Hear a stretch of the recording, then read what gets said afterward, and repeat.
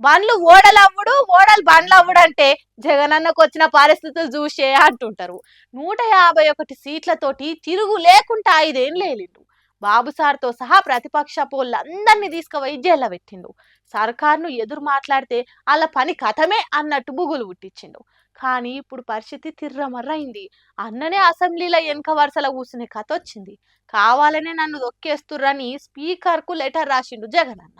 జగనన్నకు ఏం కష్టం వచ్చింది? సీఎంగా దిగిపోయిన నాకు ప్రతిపక్ష హోదా కూడా ఇవ్వకుండా చేస్తారా? కావాలనే అసెంబ్లీలో మూలకు సీట్ ఇస్తారా? మంత్రుల తర్వాత నాతోటి ప్రమాణం చేపిస్తారా? ఇదేం పద్ధతి? ప్రతిపక్ష నాయకుడు హోదా ఇవ్వొద్దని ముందుగానే నిర్ణయించినట్టుర్రు. విపక్షంలో ఎవ్వరికి ఎక్కువ సీట్లుంటే వాళ్ళకే ప్రతిపక్ష హోదా ఇవ్వాలని చట్టంలో నిర్వహించిర్రు.